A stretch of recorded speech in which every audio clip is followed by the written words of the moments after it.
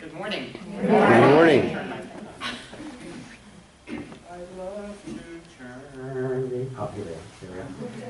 Well, thank you so much for having me this morning.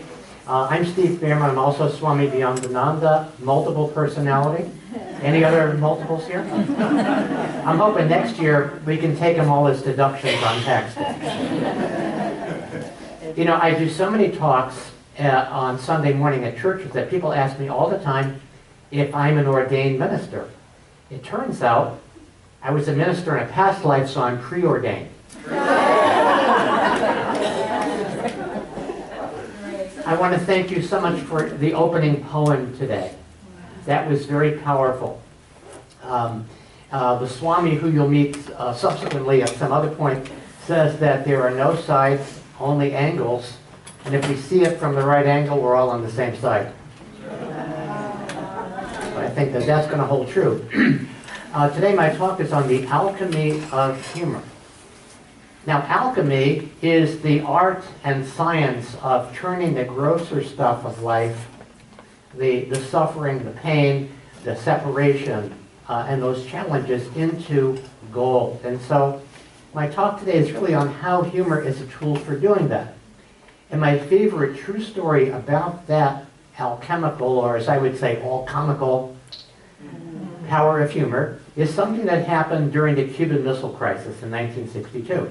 The closest we've come so far to blowing ourselves up. We still have the opportunity next few years to do that, but this was 50 years ago.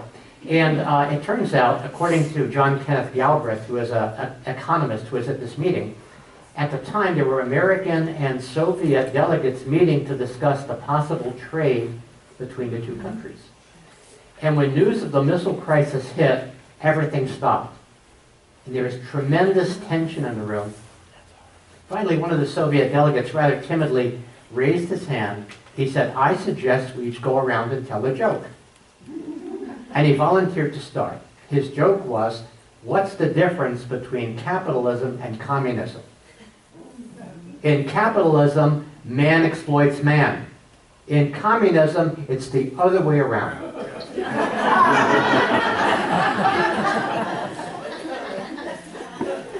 And just like that, in the magic, the energy, all of the tension that was being held, all of the stress, all of the worry, all of the concern, evaporated and in this burst of laughter, and they were able to continue their business. So as we go through this very seemingly on the surface divisive time, but really we're all, as Swami again would say, in the head, we have these beliefs that keep us separate. And when people believe, pretty unbelievable, we need to leave the static of the head to the ecstatic of the heart. And hearty laughter puts us in that space of the heart, puts us in that unifying space. And there is often a ha-ha, an aha in the wake of the ha-ha, and then an ah as we settle into the truth of the one heart. So I'm going to talk to you today about four ways in which laughter heals. Now, we've all heard that laughter is healing. Maybe you've heard the story about Norman Cousins. He was a writer about 45 years ago, diagnosed with a life-threatening illness, checked into a hotel room with Marx Brothers movies and candid camera reruns, and he got well. And when he cured himself, the medical establishment decided that they are going to study the healing power of laughter, which is kind of like, well, it works in practice, but doesn't work in theory.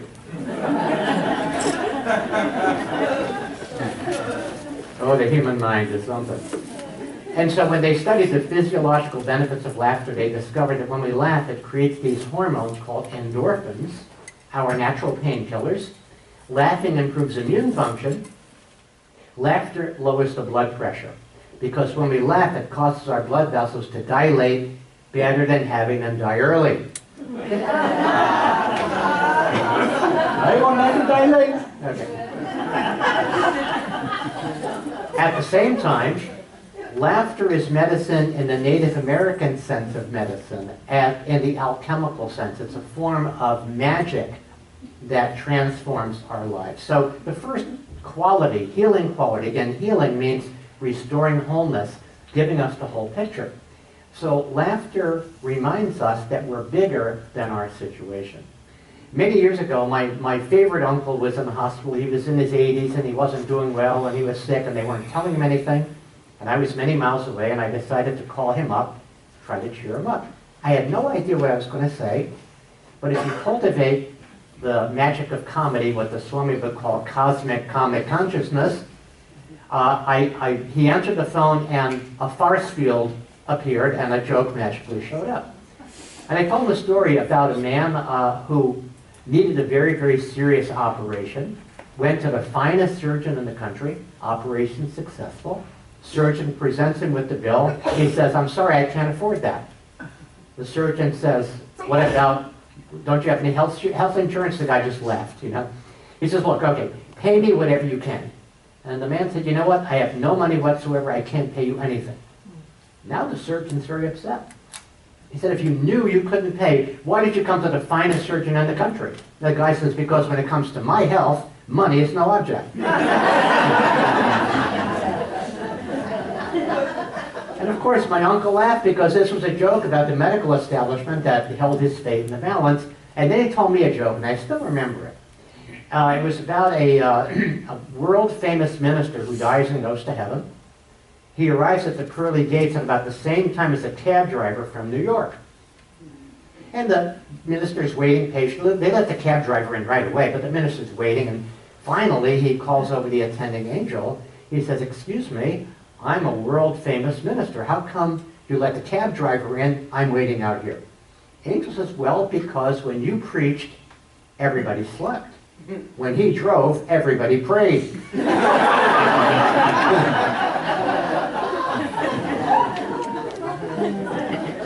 So my uncle and I went back and forth for 20 minutes telling jokes, and at the end you could tell in his voice that there was vitality and joy that was restored. Even in the most dire of our circumstances, if we voluntarily choose to let laughter in, we create leverage, or what the Swami would call leverage, in this situation. In his book, Man's Search for Meaning, Viktor Frankl talks about being in a Nazi death camp during World War II. And he made a pact with a fellow inmate that every day they would find something to laugh about. Because if you're able to laugh in that situation, there's a part of you that can't be put behind bars, that remains free. And to give you an idea of the power that humor had, one of the jokes that actually circulated among the inmates in the camps involved these two Jewish guys who decide that they are going to assassinate Hitler. They know Hitler's motorcade is going to pass this one intersection at 11 in the morning. They're waiting for him. 11 in the morning, he doesn't show up. 11:15, 11:30. When he's not there by 11:45, one of the assassins turns to the other and says, "Gee, I hope nothing's happened to him."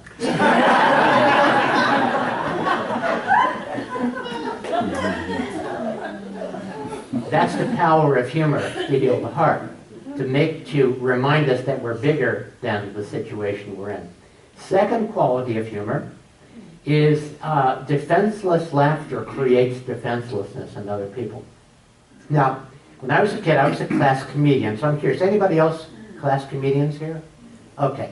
The way that you know that this is your archetype is the first time you're in the lunchroom and you make another kid laugh so hard that milk comes out of their nose. It's a sign from God that you're... So I was that kid, you know, but again, like everybody else, when I got older, I was told to get serious. I really, really tried. I tried. I'm in college. I'm in a sociology lecture hall. 250 other very, very, very bored individuals. I'm sitting there in a space between deep sleep and deep sleep. And out of the corner of my ear, I hear the professor, and she's talking about social mores. And she says, "And who can define for us social mores?" And without even thinking, I'm up in what kind of, like a comedic Tourette's. What comes out is, "When the moon hits your eye like a big pizza pie, that's amore."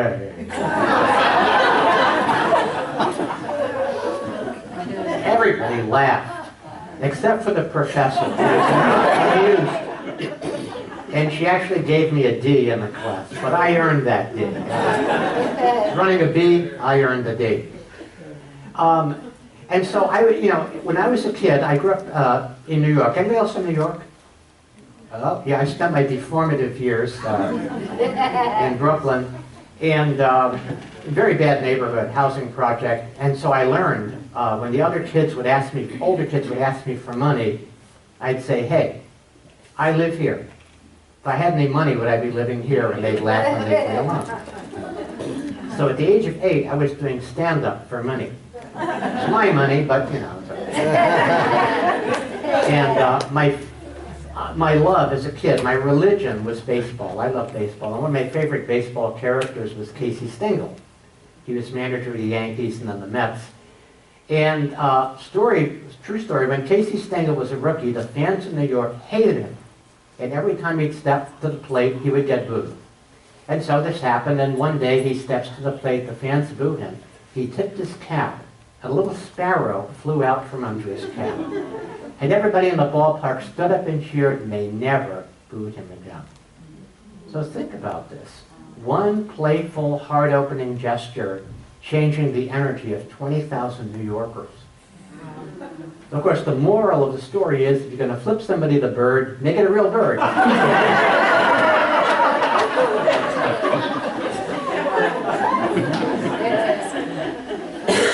You know, in this time of political divisiveness, I'm reminded of a show that I did about 12 or 13 years ago. It was right after the Iraq invasion, and there was a lot of tension. It was down in Southern California, and another comedian who was performing at this event, he says, I don't know if your political material is going to go over here. So before the show, I did a little meditation, and what came in the meditation is be open-hearted, have fun, love the people, and do your material. So I went out there, I did some opening stuff, and then as a Swami I said, you know, I've been asked not to do any divisive political material. So you've been a wonderful audience, good night. And everybody just burst out laughing, and then in the space that was created by that laughter, the release of all of that tension, people were able to hear the material, and it really, really worked. So sometimes when you decide that you're going to be disarming, it's very powerful. I was at a conference, believe it or not, I'm not making this up, the Holistic Lawyers Conference. Law as a healing profession, it was great. And so, and so after my talk, one of the attorneys came up to me and he told me a story. He said that he was involved in a very, very difficult and contentious negotiation. And at one point, the opposing attorney made a counteroffer that was like an insult. It was a slap in the face. And this guy was so furious that the only thing he could say was, yeah, yeah, yeah. Well, the other lawyer went, oh, wise guy, eh? And the two of them start doing Three Stooges shtick. And they burst out laughing and worked the whole thing out. So if you're able to do something that's disarming, we call it self-facing laughter, where you're able to laugh in your own face. Very, very powerful. It creates the space for other people to be disarmed as well. Third quality of humor is that it allows us to deal with shadow material. The kind of stuff that we want to stuff under the rug, the things we want to look good and pretend that we're perfect and so on.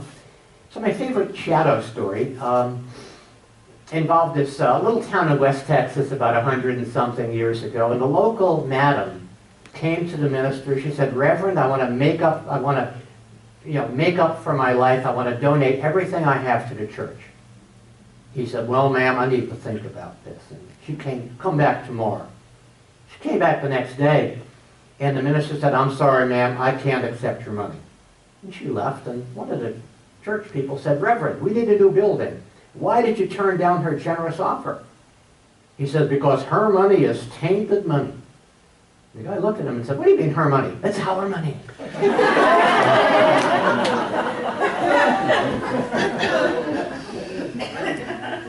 I love telling out in churches.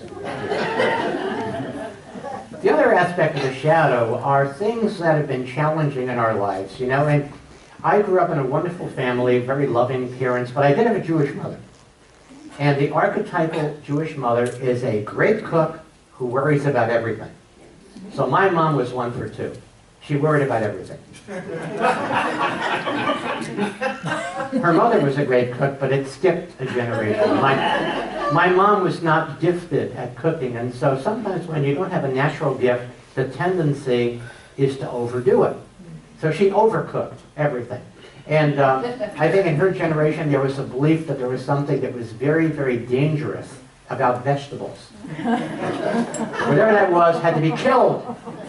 So she would cook vegetables to death, or beyond death. And I never saw a green vegetable till I was an adult. They were always khaki.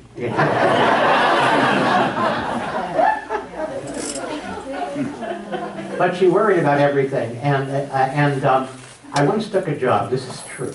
I took a job doing tree work, and I was taking down trees that had Dutch elm disease.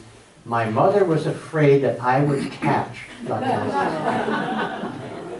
That's how nature-oriented we were in Brooklyn. I said, Mom, you know, people don't get Dutch elm disease. Dogs get it. She goes, dogs get it. She was worried about Buster. She said, what happens to dogs? I said, they lose their bark.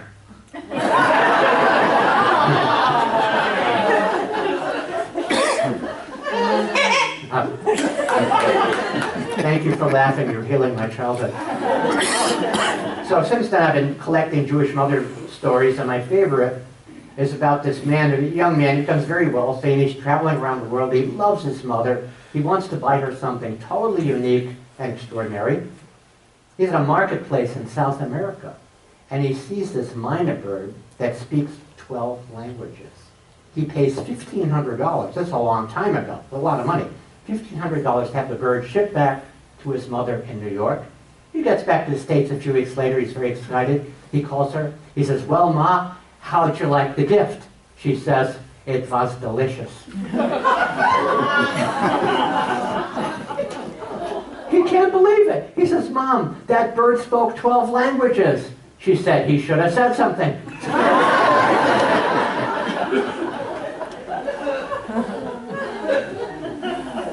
So laughter helps us deal with the shadow material in life. And finally, and maybe most important, laughter reminds us, it gives us the whole picture, reminds us that no matter what's happening, life is a joyful experience. There's a famous story about an old monk, and his job is to translate all of the ancient documents and scrolls and all of that. And he's down in the catacombs doing this work. And all of a sudden the other monks hear a scream, and they come running down, and the old monk is shaking, and he's saying, it says celebrate, not celibate. Oh well.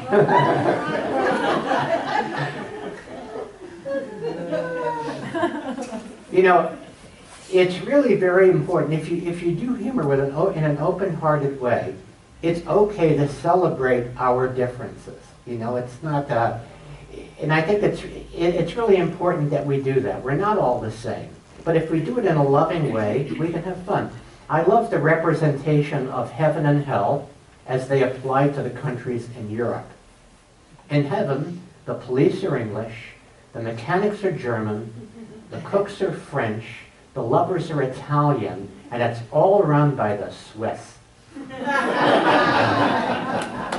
In hell, the police are German, the cooks are English, mechanics are French, the lovers are Swiss, and it's all run by the Italians. It's so totally different.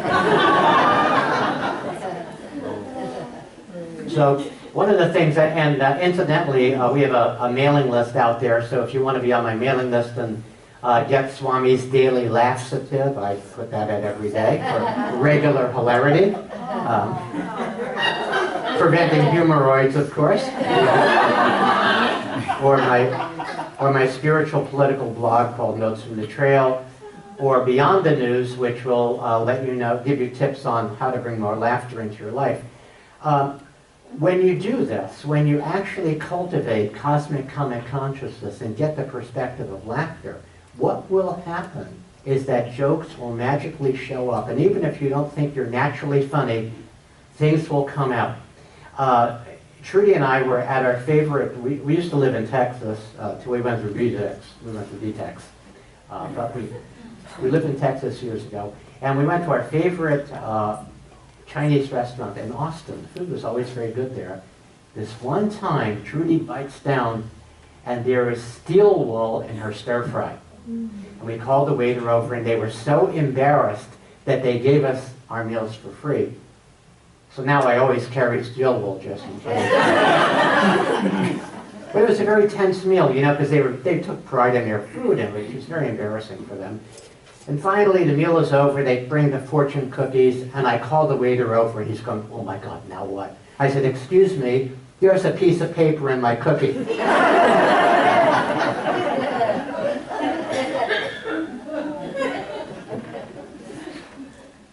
Again, forest fields. I was doing a program not far from here. I think it was in Walnut Creek. It was for Kaiser Permanente.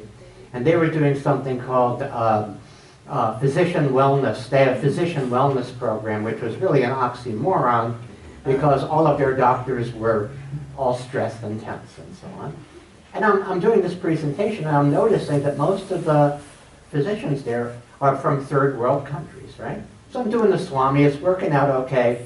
But the universe did an intervention. It had a better idea. I'm in the middle of my presentation. All of a sudden I hear, "Your attention please. Your attention please," over the PA. "Well, the owner of a white Explorer, license number BK3450, please move your vehicle. You're blocking traffic."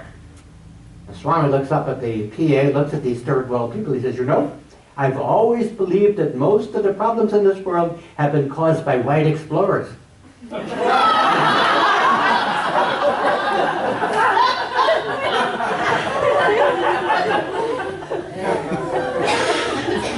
Yeah, it's good when God lobs you a cantaloupe, you know. So this is my prayer and my wish for everybody here, that you just begin to start to notice things that are funny, things that are kind of, that don't quite match. And what you'll notice when you immerse yourself in comedy, when you listen to heart-opening comedy, not the kind that's divisive, you will actually begin to think funnier and see funnier. So I want to thank you. If you believe in the hereafter, I'll be hereafter signing off. Thank you, and may the farce be with you. Thank you.